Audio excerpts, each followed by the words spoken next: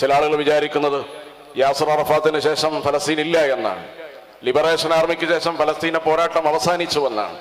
അവരുടെ മുന്നിലേക്ക് യഥാർത്ഥ ഫലസ്തീൻ പോരാട്ടം തുടങ്ങിയിട്ടേ ഉള്ളൂ എന്ന തെളിവാണ് ഒക്ടോബർ 7 നമ്മൾ കണ്ടത്. അതുകൊണ്ട് നമ്മൾ മനസ്സിലാക്കേണ്ടത് ലിബറേഷൻ ആർമിക്ക് ശേഷവും യാസർ അറഫാത്തിന് ശേഷവും 967 ശേഷവും ഫലസ്തീൻ ജീവിച്ചിരിപ്പുണ്ട് എന്ന് കേരളത്തിന്റെ ക്യാമ്പസുകൾക്ക് കാണിച്ചു കൊടുത്ത പ്രസ്ഥാനമാണ് സ്റ്റുഡൻസ് ഇസ്ലാമിക് ഓർഗനൈസേഷൻ എന്ന് പറയുന്നത്.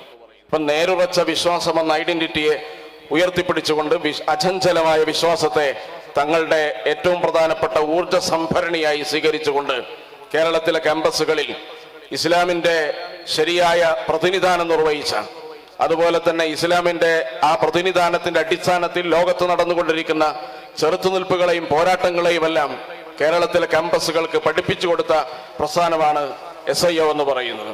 നമുക്കറിയാം, ലോകത്ത് വലിയ ശക്തി, വലിയ സാമ്രാജ്യം എന്ന് പറയുന്ന വലിയ മിഥ്യയാണ്. നമുക്കത് ബോധ്യമുള്ളതാണ്. ഗസയിലേക്കൊന്നും പോകേണ്ട കാര്യമില്ല. സൂര്യൻ അസ്തമിക്കാത്ത സാമ്രാജ്യം, 30-ലധികം രാജ്യങ്ങളിലെ അടക്കി ഭരിച്ച ബ്രിട്ടീഷുകാരൻ.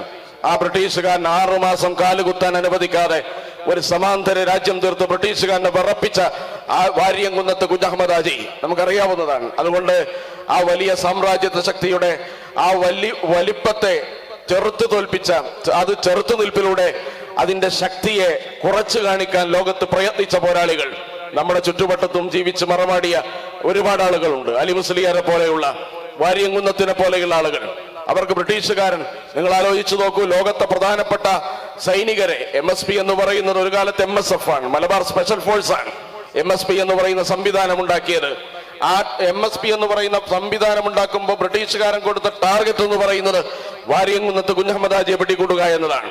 ഇപ്പൊ വാര്യംകുന്നത്ത് കുഞ്ഞഹമ്മദ് ഹാജിയെ പോലെയുള്ള, ആലി മുസ്ലിയാരെ പോലെയുള്ള, ഉമർ ഖാദിയെ പോലെയുള്ള മഹാന്മാരായ പോരാളികൾ ജീവിച്ച് പോരാടി രക്തസാക്ഷിത്വം ഭരിച്ച, അതുപോലെ അള്ളാഹുവിലേക്ക് യാത്ര പോയ ഒരു പരിസരത്ത് നിന്നുകൊണ്ടാണ് വലിയ വലിയ സാമ്രാജ്യത്വ വിരുദ്ധ പോരാട്ടങ്ങളെ കുറിച്ച് നമ്മൾ സംസാരിക്കുന്നത്.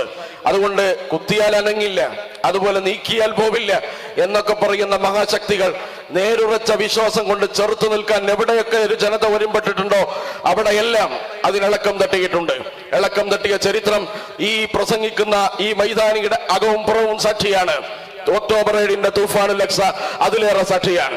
അതുകൊണ്ട് ലോകത്തെ വലിയ ശക്തി എന്ന് പറയുന്നത് ഒരു മിഥ്യയാണ്. ആ മിഥ്യയെ തകർത്ത് തരിപ്പണമാക്കിയത് ചെറിയ ചെറിയ സംഘങ്ങളാണ്. ഇന്ന് ലോകത്തൊരു പോലീസേ ഉള്ളൂ, അൽ ഹറക്കത്തുൽ മുഖാവമത്തുൽ ഇസ്ലാമിയ്യ.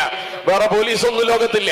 കാരണം നിങ്ങൾ ആലോചിച്ചു നോക്കൂ, വെടിനിർത്തണമെന്ന് പറഞ്ഞ് ഡോർ ടു ഡോർ ക്യാമ്പയിൻ നടത്തുന്നത് മുമ്പത്തെ ലോക പോലീസാണ്, അമേരിക്ക എന്ന് പറയുന്നത്.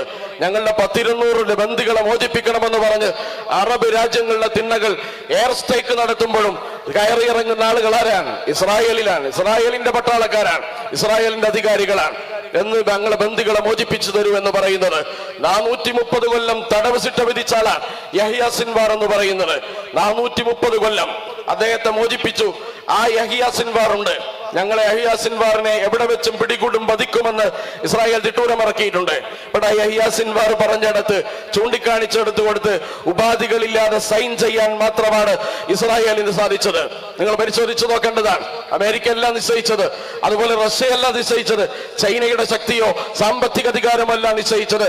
യഹ്യ സിൻവാറിനെ പോലെ ശരീരത്തിന്റെ പല ഭാഗങ്ങളും ചലനം നഷ്ടപ്പെട്ട് കിടക്കുന്ന മുഹമ്മദ് ലൈഫിനെ പോലെ ഈ മനുഷ്യരുടെ നിശ്ചയദാർഢ്യത്തിന്റെ മുന്നിൽ ഉപാധികളില്ലാതെ താഴത്തെ വെടിനിർത്തൽ കരാറിന് സൈൻ ചെയ്യാൻ ഇസ്രായേൽ നിർബന്ധിതരായത് എങ്ങനെയാണ്? ഞങ്ങൾ ആലോചിച്ച് 3 തവണ ഐക്യരാഷ്ട്രസഭ പറഞ്ഞതാണ് വെടിനിർത്തണമെന്ന്. അത് എഴുതിയ കടലാസിന്റെ വില പോലും ഇസ്രായേൽ അതിന് കൽപ്പിച്ചിട്ടില്ല. പക്ഷെ ഹമാസ് എഴുതിയ കടലാസിന്റെ താഴെ ഒപ്പുവെക്കാൻ ഇസ്രായേൽ നിർബന്ധിതരായത് കൊണ്ടാണ്. ലോകത്തൊരു അധികാര ശക്തി എന്ന് പറയുന്നത് ഖുദ്സുമായി ബന്ധപ്പെട്ടതാണ്.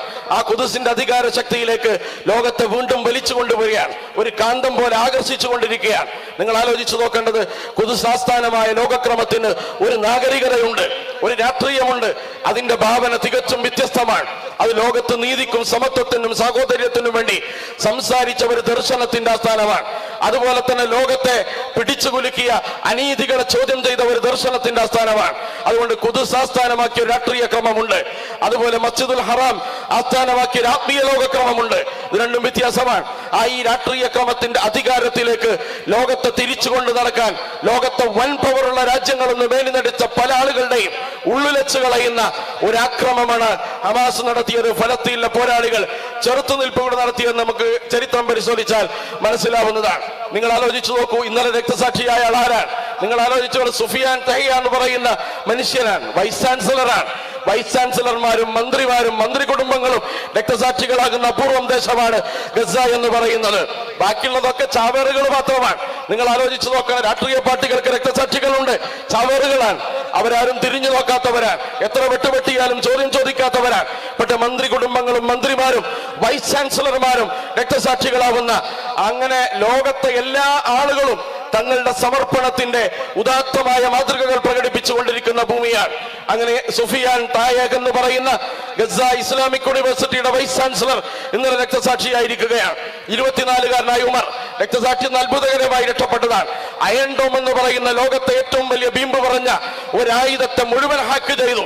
അതിന് പൊങ്ങാൻ സാധിച്ചില്ല, അതിന്റെ ദൗത്യം നിർവഹിക്കാൻ സാധിച്ചില്ല. അതിനെ സാക്ഷിയാക്കിക്കൊണ്ടാണ് 20 മിനിറ്റിൽ 5000 മിസൈലുകളെ ഗസയിലേക്കും അതുപോലെ ഇസ്രായേലിലേക്ക് ഹമാസിന് നിക്ഷേപിക്കാൻ സാധിച്ചത്. ഈ അയൺ ഡോമിനെ ഹാക്ക് ചെയ്തത് പിന്നാലെ കൂടി മൊസാദ് പിടിക്കാൻ വേണ്ടി തുർക്കിയിലെത്തി, മലേഷ്യയിലെത്തി, പല സ്ഥലങ്ങളിലും അത്ഭുതകരമായി അദ്ദേഹം രക്ഷപ്പെട്ടു. നമുക്കറിയാം, കുവൈത്ത് ഗവൺമെന്റ് ഔദ്യോഗികമായി പല ബഹുമതികളും നൽകി അപൂർവ ദിശയുള്ള വിദ്യാർത്ഥി മുഹമ്മദ് റമദാൻ എന്ന് പറയുന്ന 9 വയസ്സുകാരൻ. അവന്റെ വീഡിയോ നിങ്ങൾ കേട്ടതാണ്. ആ വീഡിയോയിൽ പറയുന്നത് എന്താ?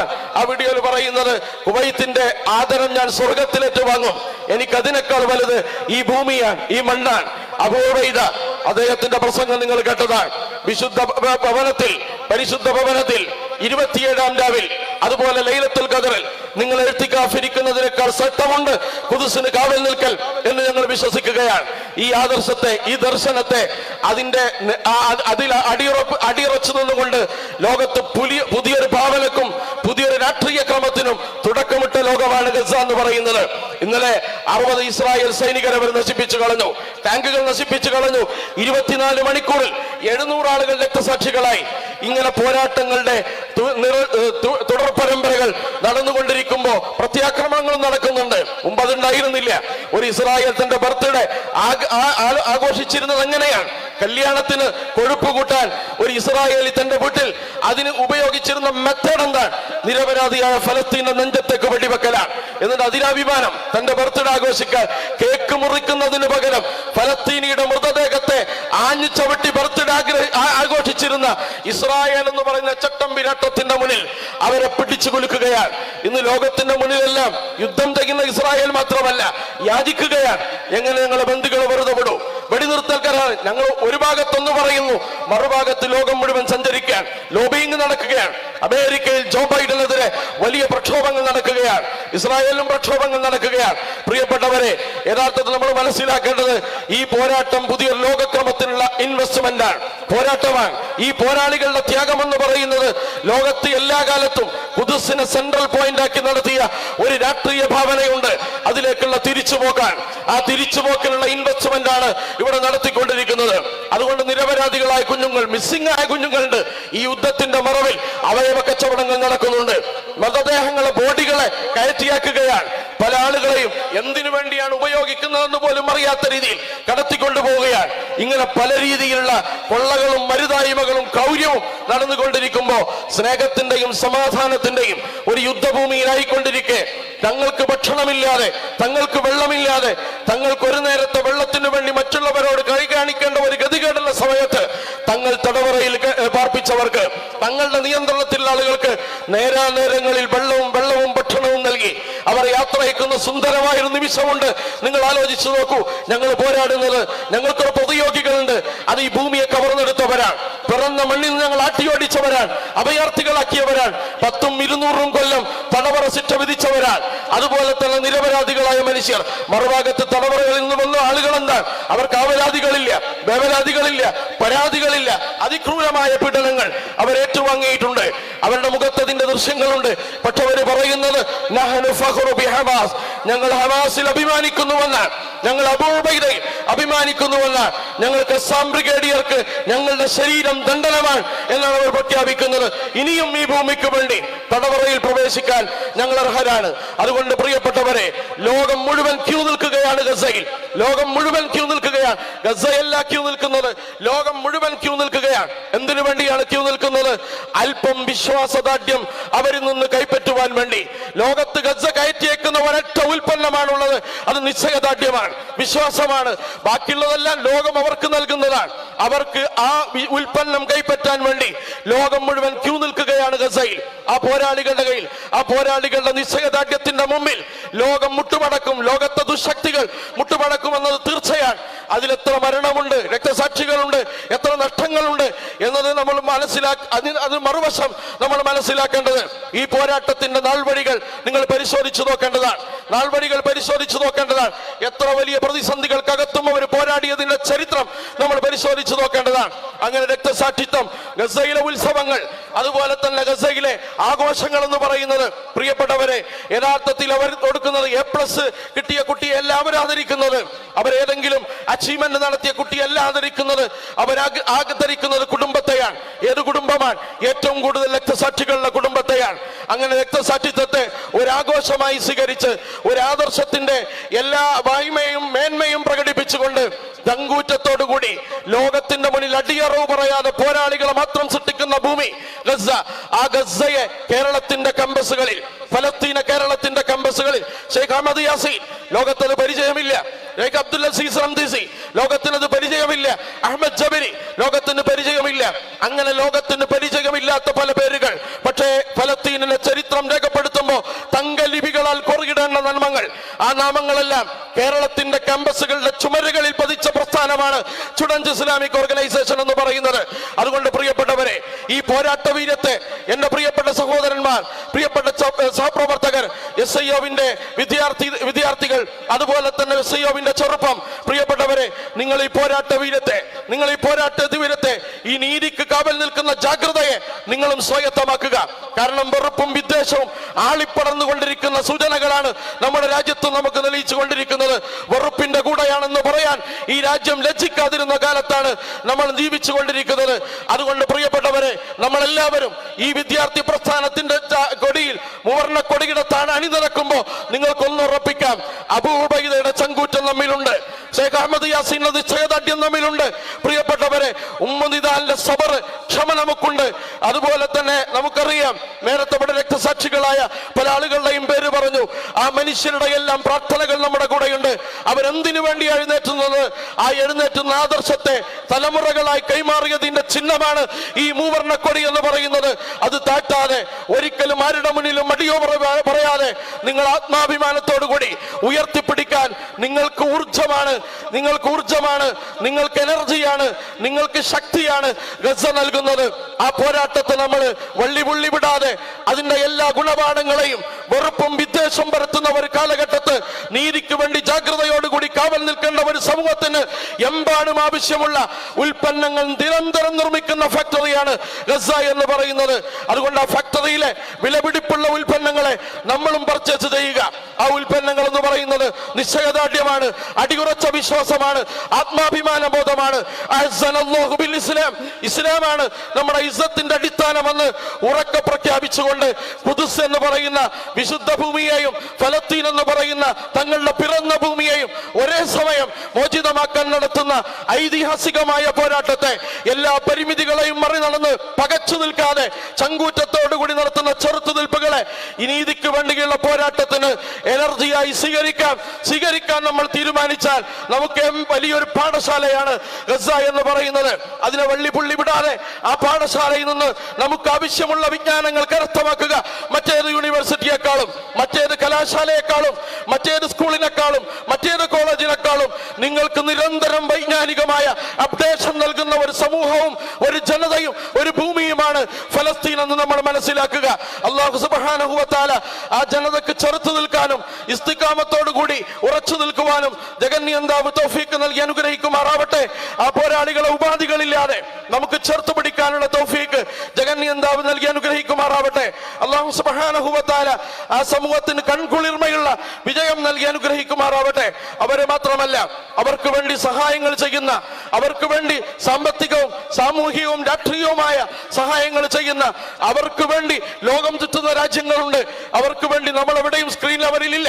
ലോകത്തിന്റെ എല്ലാ ഡോറുകളും അവർക്ക് വേണ്ടി, തങ്ങളുടെ സഹോദരന്മാർക്ക് വേണ്ടി മുട്ടുന്ന രാജ്യങ്ങളുണ്ട്. അവരെ സഹായികൾ, ആ സഹായികളുടെ കരങ്ങൾക്കും അള്ളാഹു ശക്തി നൽകി അനുഗ്രഹിക്കുമാറാവട്ടെ.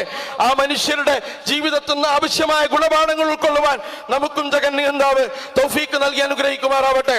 اللهم ربنا آتنا في الدنيا حسنة وفي الآخرة حسنة وقنا عذاب النار. ربنا هب لنا أزواجنا وذرياتنا قرة أعين واجعلنا للمتقين إماما. اللهم أعز الإسلام والمسلمين وأذل الظلم والظالمين. اللهم انصر إخواننا في غزة. اللهم انصر إخواننا في غزة.